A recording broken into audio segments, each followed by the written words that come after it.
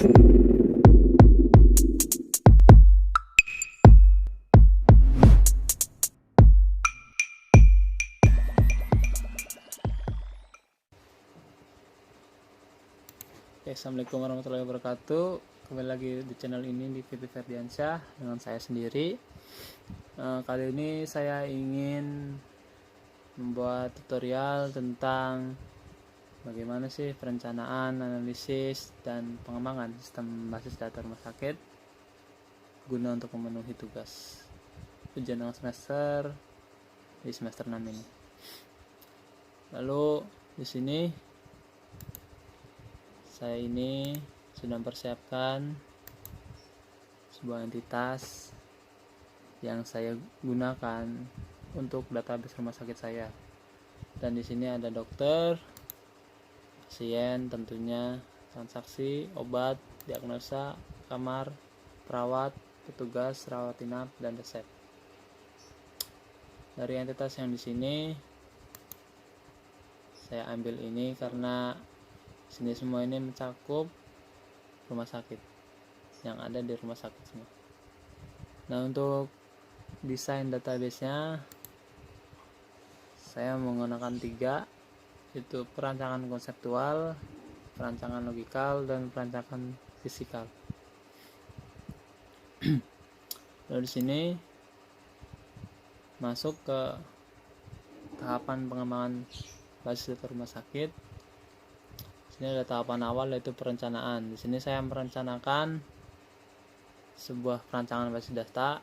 Yang pertama itu perancangan konseptual, logikal, dan fisikal.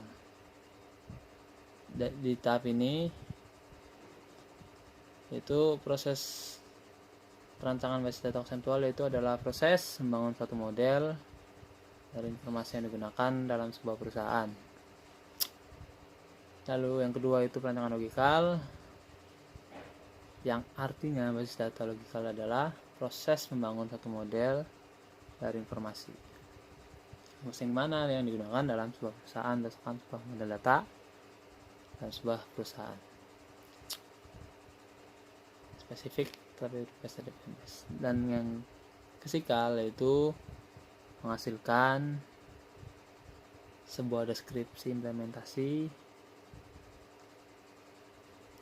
basis data dalam media penyimpanan sekunder. Lanjut, untuk perancangan konseptual sendiri, di sini saya menggunakan tadi ya seperti entitas yang sudah dijelaskan di awal, yaitu menggunakan 10 entitas. Dan di sini adalah isi-isi dari tabel entitas tersebut. Di sini saya ingin mengidentifikasi tipe relasi, atributnya, ataupun yang lainnya. Seperti di awal ini ada tabel diagnosa. Di sini saya membuatnya yang berisikan dengan sebagai berikut. Kolomnya ada kode periksa, tanggal periksa, dan lain-lain. Lalu ada tabel dokter juga sama. Di sini juga ada ID dokter yang merupakan primary key dari tabel ini. Lalu di sini juga ada tabel kamar, obat, pasien, perawat, tugas, rawat inap, resep, dan lainnya. Dan sini perancangan logikal ini itu untuk langkah-langkah yang dilakukan dalam merancang peserta logikal. Maksudnya apa? Itu untuk validasi tabel menggunakan normalisasi, memvalidasi tabel terhadap transaksi pengguna, yang dimana maksudnya itu mungkin membuat suatu improvement atau memperbarui lagi basis data yang ada menjadi lebih efisien. Untuk fisikal ini, perancangan basis data fisik merupakan proses untuk memutuskan bagaimana tabel logikal yang diimplementasikan secara fisik.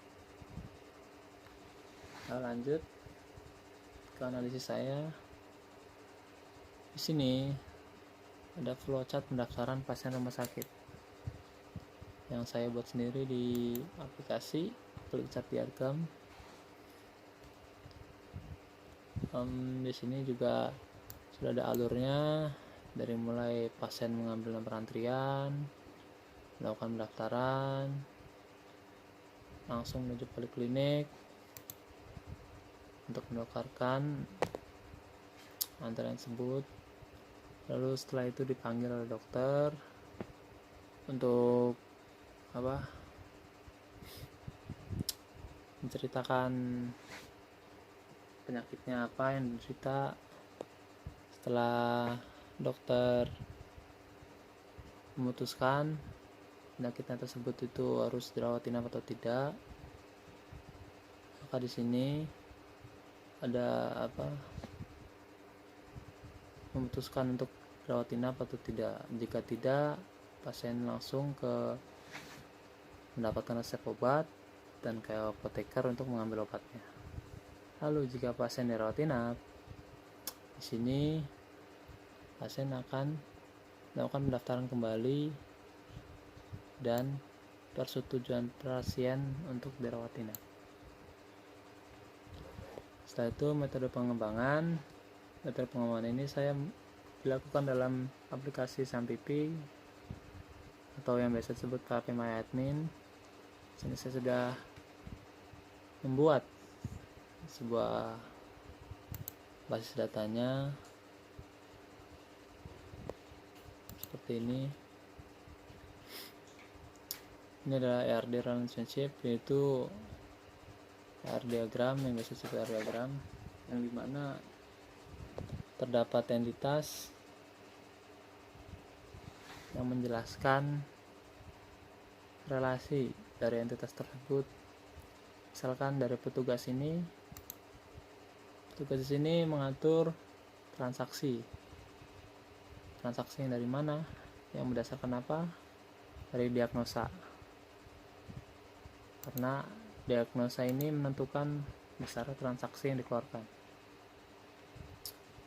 Lalu diagnosa ini dari mana? Diagnosa ini diputuskan oleh dokter yang tadi telah mendengarkan cerita pasien, dan si dokter ini mendiagnosa pasien itu penyakit apa.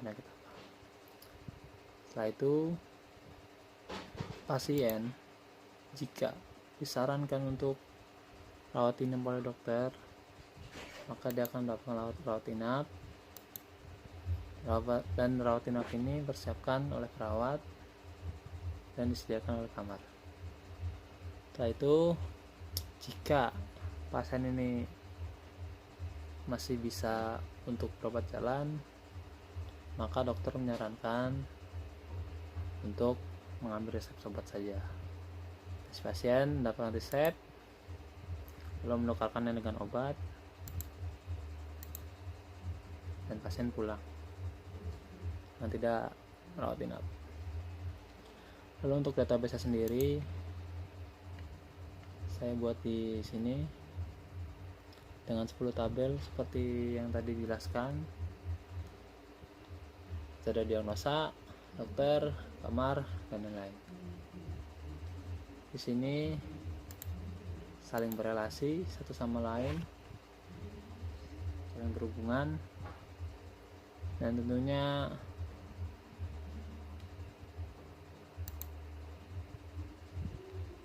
saling berhubungan. Jadi primary key dan unique sudah saya relasikan sebelumnya. Itu 2, 3, 4, 5, 6, 7, 8, 9, 10 tabel.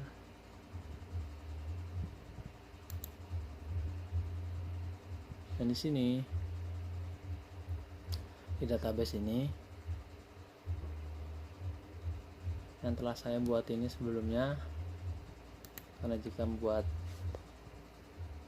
dibuatnya sekarang maka akan terlalu lama videonya. Jadi mungkin cukup sekian dari saya, kurang lebih mohon maaf. Assalamualaikum warahmatullahi wabarakatuh.